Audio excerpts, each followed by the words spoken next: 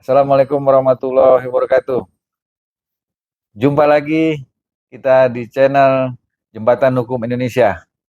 Halo, Sobat Jembatan Hukum Indonesia.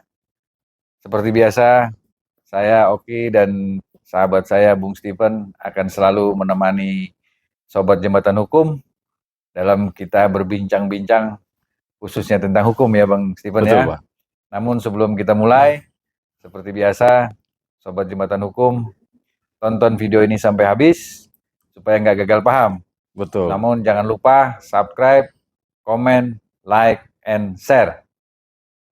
Oke, pada Sobat Jembatan Hukum, tadi kami sudah berbincang-bincang dengan Bang Stephen, dan kami juga sudah lihat email-email yang masuk ke email Jembatan Hukum ya Bang Stephen ya. Iya, Pak. Nah, jadi kayaknya hari ini kami berdua akan ngebahas tentang hukum perceraian. Karena banyak juga permintaan diskusi tentang hukum perceraian. Ya, request. Karena banyak juga nih, ada yang dalam emailnya ngomongnya, Bang tolong nih bahas hukum perceraian. Karena dari orang besar, orang terkenal, sampai masyarakat jelata, banyak banget. Akhirnya jadi ikut-ikutan. Jadi ikut-ikutan cerai katanya. Dampaknya. Dampak cerai. Enggak juga ya Sobat Jembatan Hukum. Nggak mungkin gara-gara orang besar, kemudian gara-gara orang terkenal. Ya, itu tergantung. Cerai, terus masyarakat jadi ikut cerai. Enggak. Ya, problem internal. Problem internal. Ya. Oke. Ya, jadi kita sepakat ya Bang Stephen. Betul, ya. Pak. Hari ini kita akan bahas bincang-bincang tentang hukum perceraian. Oke Bang Steve. Jadinya karena kita harus bahas hukum cerai, saya harus tahu dulu nih, pemirsa Jembatan Hukum juga harus tahu dulu landasan hukum perceraian di Indonesia. Itu landasannya undang-undang nomor berapa, pasal berapa, kemudian ini kan tersegmen juga nih Bang nih. Iya. Bahwa di Indonesia kan ada berbagai agama nih. Iya. Apakah hukum perceraian ini juga berpengaruh dengan agama dari masing-masing individu tersebut. Kira-kira gimana Bang Steve? Ya, baik Pak Oki, terkait dengan pertanyaan Pak Oki tadi, masalah landasan hukum perceraian ini, di sini kita melihat dua landasan hukum yang berbeda. Yang pertama, landasan hukum untuk non-muslim, terus yang kedua ini landasan hukum untuk yang muslim. Oh gitu? Iya. Beda dia ya? Berbeda. Kalau untuk kita mengacu kepada landasan hukum untuk yang non-muslim, di sini kita tahu bahwa itu diatur di dalam Undang-Undang Nomor 1 Tahun 1974 tentang perkawinan. Oh, tentang perkawinan. Iya. Oke. Kemudian di amandemen menjadi Undang-Undang Nomor 2 Tahun 2002. Kemudian di amandemen lagi menjadi Undang-Undang Nomor 16 Tahun 2019. Nah, itu untuk yang non-muslim. Non-muslim. Ya, kalau kita mengacu kepada landasan hukum untuk muslim, itu berbeda lagi. Beda itu? Ya, itu diatur di dalam KHI. Sebagaimana ditetapkan oleh KHI untuk menjadi pedoman. Itu kompilasi hukum Islam? Kompilasi hukum Islam tentang perceraian di muslim. Ya. Oh, berarti Bang, urusan perceraian ini ada di dalam Undang-Undang Perkawinan? Iya. Itu diatur di dalam Undang-Undang Perkawinan. Dan di dalam Undang-Undang Perkawinan itulah yang diatur pasal-pasal perceraian.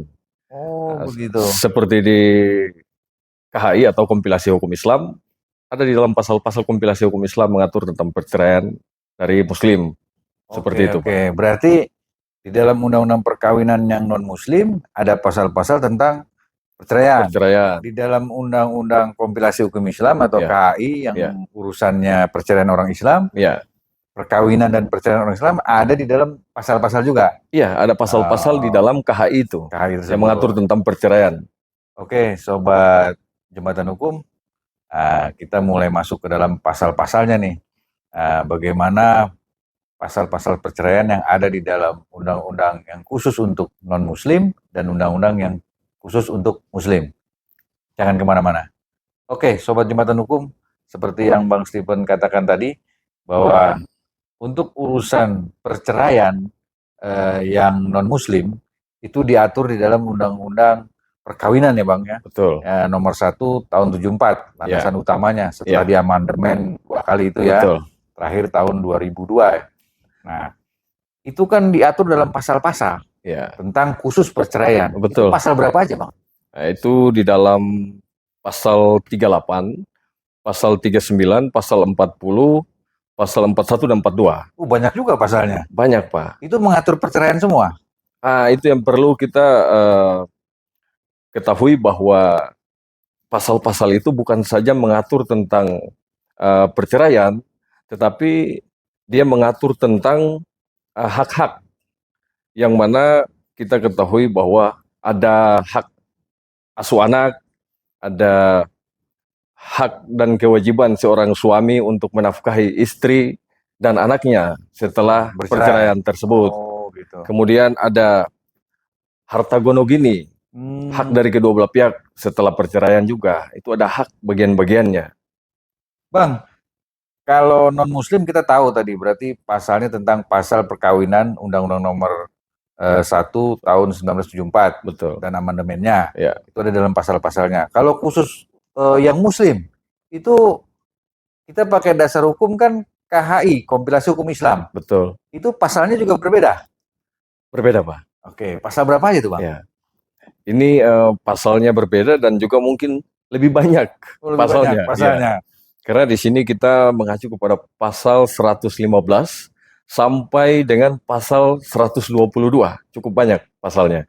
Bang Steve, berarti dari penjelasan Bang Steve, undang-undang hukum perceraian untuk muslim dan non-muslim kan berbeda. Iya. Kalau untuk pengadilan yang muslim dan non-muslim, khusus perceraian ini berbeda juga? Iya, berbeda juga. Di mana bedanya Bang Steve? Kita melihat kepada si penggugatnya. Kalau dia beragama Islam, otomatis dia ke pengadilan agama. Kalau si penggugat ini agamanya non-muslim, berarti dia ke pengadilan negeri. Negeri ya. Oke. Demikian Sobat Jembatan Hukum, berarti dari urusan perceraian ini agak ribet juga. Iya. Ya kan, dari mulai undang-undangnya, landasan hukumnya berbeda. Betul. Kemudian pasal-pasalnya berbeda, urusan perceraian, dan pengadilannya pun berbeda. Ya. Oke Bang Steve, kalau gitu kita langsung ke pertanyaan aja. Nih Sobat Jembatan Hukum sudah nggak sabar karena sudah mulai banyak nanya nih. Baik. Nah, oke ya Sobat Jembatan Hukum, kita mulai masuk ke pertanyaan. Oke Bang Steve. Ya. Kita langsung ke pertanyaan aja ya, Sobat Jembatan Hukum. Kita langsung tanya jawab supaya langsung ke pokok permasalahan. Ya. Bang Steve, ini ada pertanyaan. Apabila seseorang mau gugat cerai, kemudian supaya gugatan cerai itu di pengadilan dikabulkan oleh hakim, itu alasan apa yang harus dia bawa ke dalam meja hakim ini supaya cerainya dikabulkan? Apa tuh Bang Steve? Ya, pokoknya jadi kalau berbicara terkait dengan alasan-alasan apa supaya dapat dikabulkan oleh hakim, mungkin ada beberapa alasan Pak. Salah satunya KDRT. KDRT itu? Ya, KDRT. Kemudian nafkah lahir dan batin. Katakanlah seorang suami misalnya dia memberikan nafkah, tetapi secara nafkah batinnya tidak. Lahirnya oke, batinnya tidak. Nah, itu pun juga jadi persoalan untuk bisa, makanya harus lahir batin. Harus lahir batin. Kemudian juga ada seperti mabuk-mabukan, dan mungkin perselingkuhan, kan ada persinahan di dalam. Itu dapat dikabulkan oleh hakim, begitu. Sepanjang bisa dibuktikan. Sepanjang itu bisa dibuktikan oleh pihak penggugatnya. Mau suami ataupun istri. Dua-duanya, Pak. Jadi bukan konteks ini bukan untuk ke istri saja atau ke suami saya, tidak. Kedua-duanya mempunyai hak untuk menggugat cerai ketika itu tidak bisa akur dalam satu rumah tangga lah, seperti itu. Yang penting bisa dibuktikan sehingga dia pasti akan dikabulkan. Iya. Sebagaimana yang kita tahu di dalam ada adigium itu affirmanti non neganti incambet probatio. Mantap. Ya, artinya beban pembuktian itu kepada pihak yang menggugat, bukan tergugat, begitu. Siap Bang Steve. Nah Bang Steve, kalau urusan tentang hak asuh anak nih Bang Steve, itu di dalam hukum perceraian yang muslim dan non muslim berbeda nggak Bang Steve? Sebenarnya sih tidak jauh berbeda Pak Oki. hampir-hampir sama. Oh gitu. Ya, karena kalau kita mengacu kepada yang non-Muslim, itu biasanya di bawah umur 12 tahun itu lebih cenderung kepada hak asuh anak jatuh ke tangan ibu. Oke. Nah, sama hal di dalam kompilasi hukum Islam pun juga mengatur demikian. Oh sama ya. Sama. Kalau anak itu sudah di atas umur 12 tahun, di dalam kompilasi hukum Islam maupun untuk di non-Muslim juga sama, di atas umur 12 tahun itu biasanya hakim lebih memberikan kesempatan kepada anak itu yang menentukan kepada siapa dia mau memilih, ibu atau ayah gitu. Kalau di dalam non-Muslim ya. Oke. Kalau untuk di kompilasi hukum Islam ini sudah jelas di situ bahwa jatuhnya ke tangan ibu ya. Ya. Berarti kalau dia, jadi patokannya umur 12 tahun gitu ya. Kalau di bawah 12 tahun itu pasti ibu. Ibu. Nah, kecuali hakim memutuskan lain ya. Ya. Mungkin karena ibunya dalam gangguan jiwa katakanlah. Ya. Oke. Terus kalau di atas 12 tahun berarti diberi kesempatan anaknya memilih. Ya. Kalau sudah bisa memilih. Ya, betul. Oke, sobat Jembatan Hukum, itu tadi sudah dijelaskan oleh Bang Steve. Tapi jangan kemana-mana dulu karena masih banyak pertanyaan yang lain yang lebih seru lagi. Check it out. Oke, sobat Jembatan Hukum, kita kembali lagi ke Jembatan Hukum Indonesia. Dan ini sesi yang paling seksi, yaitu pertanyaan. Pertanyaan tadi Bang Steve, kita sudah masuk ke dalam hak asuh anak. Iya. Nah, sekarang biasanya kalau terjadi proses perceraian, itu ada yang disebut pembagian harta gono gini ya, yang biasa dikenal harta gono gini lah ya. Ini puncak ini Pak. Ini puncaknya. Jadi persoalannya di situ. Ya. Nah, itu kalau yang non-Muslim, pasal berapa Bang Steve? Kalau untuk non-Muslim diatur di dalam pasal 35 Undang-Undang Nomor 1 tahun 1974. 74. Ya. Kalau yang Muslim? Kalau untuk yang Muslim diatur di dalam pasal 119 KHI atau Kompilasi Hukum Islam.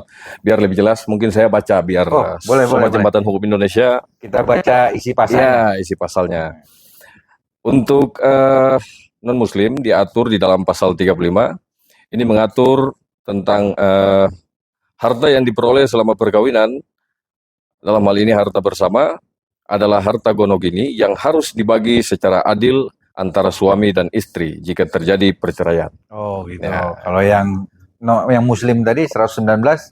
Kalau berbicara tentang kompilasi hukum Islam pasal 119, ini menyatakan bahwa harta yang diperoleh selama perkawinan yang sah adalah harta bersama atau harta gonogini yang harus dibagi secara adil antara suami dan istri setelah perceraian. Di dalam dua pasal ini, Pak, tidak jauh berbeda isi pasalnya. Sepanjang itu diputuskan oleh pengadilan. Oh, berarti intinya kalau suami istri bercerai secara hukum baik yang Muslim maupun non-Muslim, itu harta dibagi secara bersama ya? Iya. Besarnya bersama ya? Iya, 1/2 dari harta yang diperoleh semasa perkawinan. Oh, ya. Gitu. Jadi masing-masing sama gitu ya? Betul.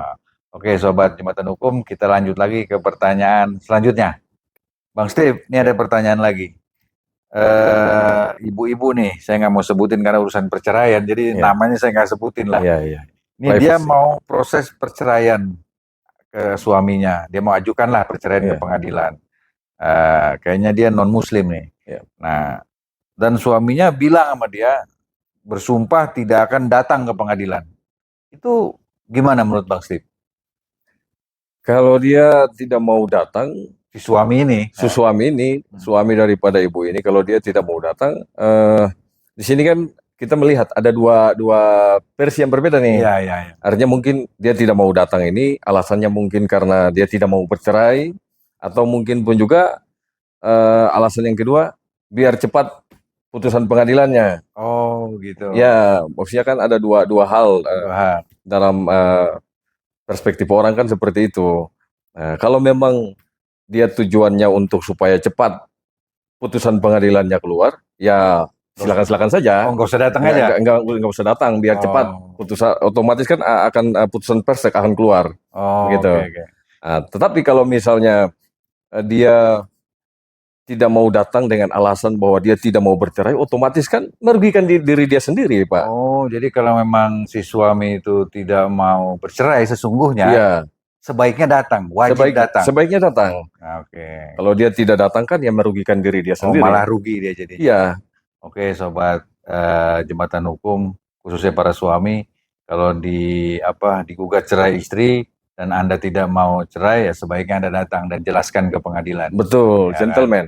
Gentleman Harus dan gentleman. jelaskan bahwa dia ya masih ingin bersama, Betul. mungkin ada konflik keluarga yang mungkin masih bisa diatasi. Iya, dan satu lagi Pak, artinya datang supaya menjelaskan sesuai dengan fakta. Nah, karena kita melihat dari sisi istrinya mungkin ini kan dia yang menggugat. Siapa tahu gugatan dia ini bisa saja dia melampirkan bukti-bukti yang mungkin sepihak, begitu. Kurang kuat gitu Kurang ya. kuat. Oh iya, ngomong-ngomong kan di pengadilan Bang Steve, ini harus ada proses mediasi dulu kan? Ya, Di harus pengadilan ada. perceraian nih Iya, ya. betul. Di pengadilan apa aja ada juga Harus kan? ada yang namanya mediasi. Terutama urusan pengadilan perceraian kali ini kita bahas ini pasti ada mediasinya. Iya. Nah, di mediasi itulah bisa dijelaskan. Iya, di Nah, situ. makanya bagi para pihak lah ya yang digugat cerai, kalau memang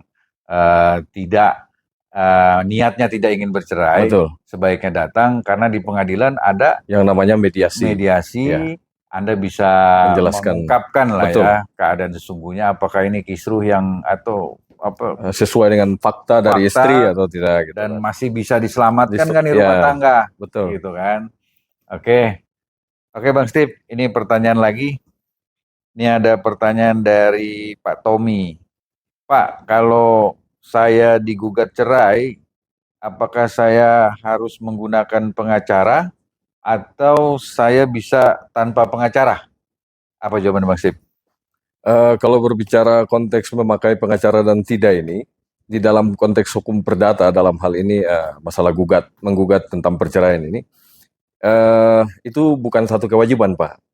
Tetapi alangkah baiknya kita memakai pengacara dalam hal ini supaya kita lebih memahami mekanisme tentang hak-hak dasar-dasar hukum. Ketika perceraian itu terjadi kan ada hak-hak yang perlu kita kan, ini khusus Pak Tommy. Benar Bang Steve. Iya. Jadi perceraian itu kan bukan sekedar perpisahan antara Anda dengan istri. Iya. Nah, setelah perceraian itu ada yang tadi kita baca undang-undang, ada urusan asuh anak, ada urusan harta gono gini, ada urusan nafkah setelah pasca perceraian. Nah, oke Pak Tommy, pertanyaan Bapak, jadi saya mengingatkan saya bahwa urusan perceraian pasalnya banyak dan bukan khusus pasal tentang cerainya doang gitu kan. Betul. Tapi ada embel-embel belakangnya. Iya. Jadi saran kami Pak Tommy dari kami Jembatan Hukum Indonesia sebaiknya Pak Tommy kalau memang ada kemampuan, kalaupun nggak ada kemampuan bisa pakai di pengadilan udah mempersiapkan itu Pak. Ada pusbakum ya. Pusbakum untuk membantu. Tapi itu kan khusus untuk pidana ya kalau mau gratis ya. Iya. Tapi kalau adapun Anda nggak mampu, silakan dibicarakan aja. Iya. Bagaimana prosesnya supaya Pak Tommy kalau digugat dan gugatan itu dikabulkan misalnya oleh pengadilan, Pak Tommy bisa mengatur tentang harta gono gininya, asuh anak, supaya Pak Tommy tidak dirugikan lah intinya. Lebih memahami kayak aturan-aturan atau mekanisme yang mau saya ambil ini dengan jalan apa gitu. Ya, jadi nggak terlalu dirugikan, jadi semua sama. Ya, ada kepastian hukum dan keadilannya juga di situ. Bang Steve, kalau putusan tingkat pertama itu diputuskan dia kalah atau dikabulkan perceraiannya, si orang yang digugat ini bisa banding nggak sih Bang Steve? Bisa banding. Oh, bisa banding ya? Iya, bisa banding dan juga bisa kasasi apabila dia tidak puas dengan hasil putusan dari banding tersebut. Bisa mengajukan kasasi juga, tetapi perlu diingat mengajukan untuk banding itu waktunya 14 hari setelah putusan sebelumnya. Oh, gitu ya. Demikian ketika dari putusan banding itu mungkin tidak puas, kita bisa juga untuk mengajukan kasasi. Oh, berarti sama seperti hukum perdata pada umumnya ya? Ya, betul. Oke, Sobat Jembatan Hukum. Jadi urusan perceraian ini juga ada banding, ada kasasinya. Ya, Jika ada hal-hal tertentu yang Anda tidak puas betul. atas keputusan pengadilan tingkat pertama tersebut. Ya. Dan itu silakan Anda berkonsultasi dengan kuasa hukum atau lawyer untuk apakah ini harus banding atau enggak. Ya, biar lebih tepat untuk mengambil langkah gitu. Oke. Terima kasih Bang Steve. Bang Steve, tadi kita urusan perceraian, ini saya jadi teringat nih dari pertanyaan ada satu sobat jembatan hukum, dia bercerai nih Bang Steve, terus anaknya lebih dari satu, kayaknya dua nih anaknya. Dia bertanya cuma anak bagaimana Pak kalau anaknya lebih dari satu, tapi dia nggak sebut anaknya berapa. Anggaplah anaknya dua. Itu kira-kira hak asuh anak apakah satu buat ayahnya, satu buat ibunya? Gimana Bang Steve menjelaskan ini? Ya, kalau pertanyaan seperti ini kita melihat sisi umur juga, Pak. Oh, sisi umur? Iya, kalau seperti yang mungkin saya jelasin tadi, kalau memang umur masih di bawah 12 tahun, otomatis kan tidak ada negosiasi, artinya begitu. Sudah pasti putusan itu akan jatuh ke hak asuhnya di bawah ibu. Selama ibunya tidak kurang satu apapun. Mampu lah dari segi finansial. Finansial dan sebagainya ya. Betul. Kalau di atas 12 tahun? Kalau di atas 12 tahun, artinya lebih memberikan kesempatan kepada anak. Tetapi kalau anak itu mereka nangis atau psikisnya otomatis kan ini terganggu psikisnya, Pak. Jadi kan mungkin sedih, nangis, pokoknya kacau pikiran karena mereka kan sudah mulai mengerti. Biasanya kalau memang anak ini sendiri dia tidak bisa untuk memutuskan mengikuti ayah atau ibunya, di situ hakim akan menggunakan haknya untuk memutuskan sebaik-baik mungkin demi menjaga kepentingan anak yang terutama adalah ke psikisnya, jangan sampai terganggu. Mungkin dengan jalan ini dua-duanya, mungkin lebih dari satu Pak ya, dua-duanya atau tiga-tiganya semuanya diserahkan ke ibu, tetapi ada catatan. Mungkin dari pihak hakim juga akan menyuruh suaminya untuk 1 minggu menjenguk mereka ke rumah ibunya. Oh, dan pihak istri membolehkan suaminya berkunjung lah ya, demi anak ya. Demi anak. Oke. Karena putusan hakim seperti ini kan sudah dipikirkan, sudah dipertimbangkan sangat matang sekali, dan menurut keyakinan hakim, dia sudah melihat ini sebagai satu persoalan yang tidak bisa ditolerir begitu Pak. Harus dia langsung mengambil satu keputusan yang bijak. Oh, berarti khususnya untuk kepentingan anak tersebut? Iya, demi kepentingan anak. Oke, Sobat Jembatan Hukum, itulah tadi tentang pembagian hak asuh ya. Iya. Apabila anaknya lebih dari satu, berarti tidak semena-mena satunya di bapaknya, satu di ibunya, tidak semena-mena itu ya. Iya. Tapi hakim akan baik umur diperhatikan ya, 12 tahun ke bawah atau 12 tahun ke atas. Iya. Dan yang paling utama adalah untuk kepentingan anaknya. Iya. Supaya psikis anaknya, psikologi anaknya ini tidak terganggu. Iya. Walaupun udah terganggu, tapi supaya lebih tenang lah. Iya. Gitu ya. Itu penting sekali psikologi. Oke Bang Sip, ini pertanyaan terakhir nih. Iya.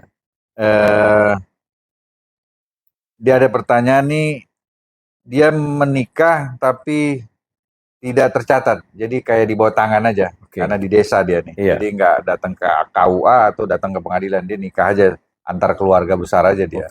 Nah, terus sekarang dia mau cerai. Apakah perceraian ini harus dia datang ke pengadilan atau ke KUA hukum agama ini, ke KUA, ke pengadilan agama atau pengadilan negeri untuk bercerai seperti yang Bang Steve bilang, karena dia nikahnya tidak pakai surat menyurat nih. Oke. Dia tidak perlu datang untuk bercerai di pengadilan agama maupun pengadilan negeri. Karena dari pertanyaan ini kan beliau ini menikah di bawah tangan, artinya dari awal ya. Ya tidak resmi, tidak diakui secara hukum negara. Oke. Sehingga beliau cukup kalau mau bercerai ya mungkin Keluarga lagi. kekeluargaan ya, Keluargaan supaya aja ya. ya lebih menjaga apa namanya hubungan baik lah ya. silaturahmi Apalagi ya. kalau udah punya anak ya. Betul. Seperti itu Pak. Nah, saya jadi teringat nih Bang Steve, karena ini di bawah tangan. Saya pernah dengar ada pernikahan secara adat. Iya. Itu sama nggak nih di bawah tangan dengan adat?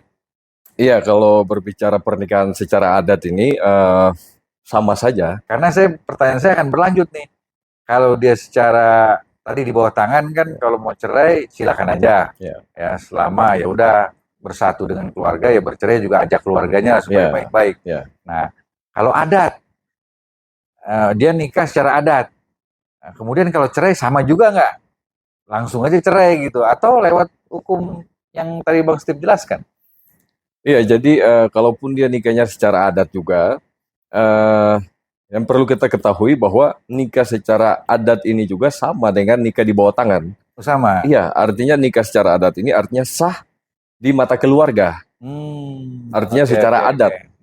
Jadi ketika mau katakanlah berpisah atau bercerai pun juga, mungkin secara adat juga mengumpulkan keluarga, bicarakan baik-baik supaya tidak menimbulkan konflik di kemudian hari. Apalagi sudah ada anak mungkin ya, kita lebih memikirkan untuk kepentingan anak. Oke Bang Steve, terus kalau yang saya pernah dengar nih Bang Steve, ada orang dia nikah secara adat, tapi terdaftar. Bingung saya, maksudnya apa tuh Bang Steve? Yang maksud dengan Pak Oki bilang terdaftar ini, terdaftar secara negara?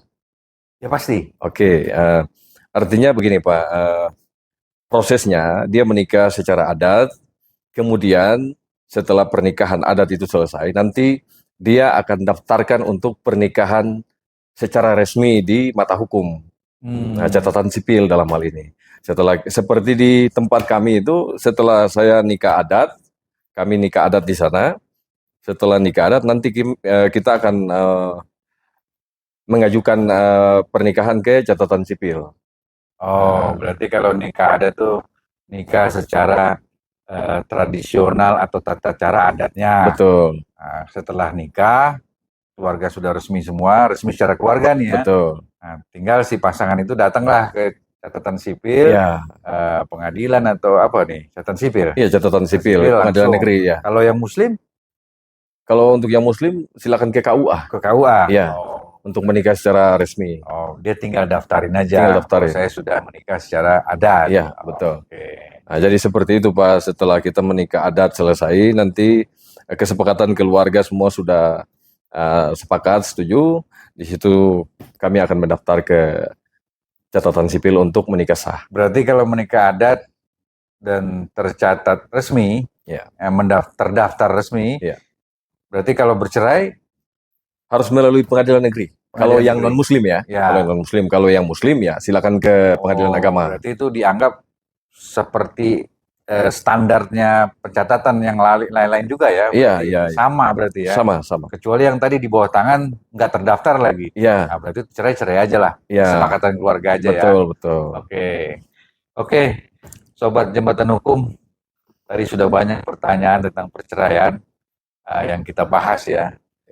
Akhirnya waktu jualah yang akan memisahkan kita karena sudah di penghujung acara juga nih. Tapi nggak apa-apa, masih banyak pertanyaan lagi Sobat Jembatan Hukum tentang perceraian, sangat luas sekali. Jika ingin bertanya yang lain-lain silakan di kolom komentar atau di email kami. jembatanhukumindonesia@gmail.com. Nah, di situ Anda bisa mengutarakan pertanyaan-pertanyaan seputar tentang perceraian. Nanti pasti kami akan jawab. Oke, Sobat Jembatan Hukum, akhirnya kita sampai juga di penghujung acara. Dan semoga Jembatan Hukum bisa mengambil hikmah dari bincang-bincang kita. Juga menambah pengetahuan dari bincang-bincang ini, khususnya tentang perceraian. Tapi pesan kami berdua, perceraian itu jangan dijadikan solusi, ya, karena perceraian itu upaya terakhir, buntutnya panjang, Ya, gitu. Karena kasihan buat anak-anak yang ditinggalkan akibat perceraian tersebut. Begitu pula harta juga jadi terpecah belah. betul. Padahal harta itu kita cari pasti untuk anak-anak, bukan untuk siapa-siapa, untuk keluarga lah tempatnya. Jadi demikian Sobat Jembatan Hukum. Seperti biasa, Sobat Jembatan Hukum, sebelum saya akhiri, Bang Steve ada pesan-pesan? Ya, baik Pak Oki, mungkin saya mau menyampaikan kepada Sobat Jembatan Hukum Indonesia untuk teruslah berbuat baik dan juga berbagi kasih dalam kemaslahatan. Kebetulan saya juga dengan beliau, Pak Oki, kita ini adalah bagian dari relawan Yayasan Satu Langkah Peduli Indonesia atau sayapeduli.com. Di sini mungkin saya mau mengajak Sobat Jembatan Hukum Indonesia dan juga saudaraku yang ada di dimanapun berada untuk bisa mengulurkan tangan jika Anda mempunyai sedikit rezeki kepada saudara-saudara kita yang kurang mampu. Ya, baik yang yatim piatu maupun difabel dan saudara-saudara kita yang kurang mampu lainnya. Ya, jadi betul. Kami mensiarkan kemaslahatan mengajak sahabat-sahabat Jembatan Hukum untuk berbagi kasih lah. Ya, betul. Jika memiliki kelebihan harta. Ya kan? Kelebihan rezeki. Ya. Nah, khusus untuk berbagi kasih ini silakan Sobat Jembatan Hukum baca di kolom deskripsi. Di situ ada website kami sayapeduli.com atau aplikasi Play Store kami atau App Store kami di sayapeduli.com. Lihat di deskripsi. Di situ ada, nanti di situ bagaimana cara berbagi kasihnya akan dijelaskan di dalam aplikasi tersebut. Ya. Oke. Demikian Sobat Jembatan Hukum, sebelum kita tutup ada ini nih, ada hadiah khusus untuk sahabat Jembatan Hukum, gantian Mas Tri. Sahabat Jembatan Hukum yang ingin berbagi kasih. Ya, berarti ini hadiah ya buat Sobat Jembatan Hukum. Sobat Jembatan Hukum Indonesia. Mau berbagi kasih, kita akan kirimkan hadiah ini jika Sobat Jembatan Hukum telah mau mengulurkan sedikit dari rezekinya untuk berbagi kasih kepada saudara-saudara kita yang membutuhkan. Kemudian juga ada buku untuk dibaca-baca dari kita punya yayasan. Oke, Sobat Jembatan Hukum Indonesia, akhirnya kita sampai di penghujung acara dan terima kasih kepada Sobat Jembatan Hukum telah menonton video kami sampai habis. Dan semoga nantikan video-video bincang-bincang kita Bang Steve ya. Next dengan pembahasan hukum yang lain yang lebih seru dan pastinya dapat membuat kita mendapatkan ilmu dan pencerahan yang lebih dalam. Sebelum saya akhiri, jangan lupa subscribe, komen, like, and share. Dan setelah itu Bang Steve ada pesan-pesan terakhir? Untuk Sobat Jembatan Hukum Indonesia, seperti biasa, kita perlu ingat bahwa hukum itu seperti jembatan yang menghubungkan kita dengan keadilan dan juga kepastian hukum. Ingat, lex semper debit remedium, hukum selalu memberikan solusi. Terima kasih. Wassalamualaikum warahmatullahi wabarakatuh. Shalom.